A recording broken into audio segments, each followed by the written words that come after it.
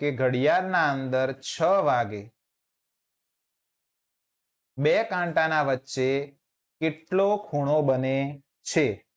બરાબર? તો જ્યારે 6 વાગે એટલે એક કાંટો કેટલા ઉપર હોય? 6 ઉપર હોય.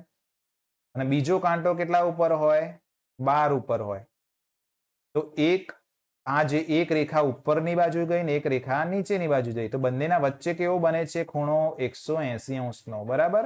એ એકબીજાના સ્ટ્રેટ એટલે સીધી લાઈનમાં જતા હોય એવું આપણને દેખાય છે. બરાબર? તો કેવો ખૂણો બને છે? 180 અંશનો ખૂણો બને છે. તો એને 180 અંશના ખૂણાને શું કહેવાય? સુરેખ કોણ. બરાબર? તો જવાબના અંદર સુરેખ કોણ આવતું હતું.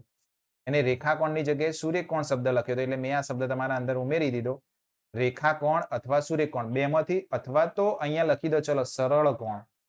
સરળ કોણ આ શબ્દ પણ લખી દો, કદાચ પરીક્ષાના અંદર આવી જાય તો.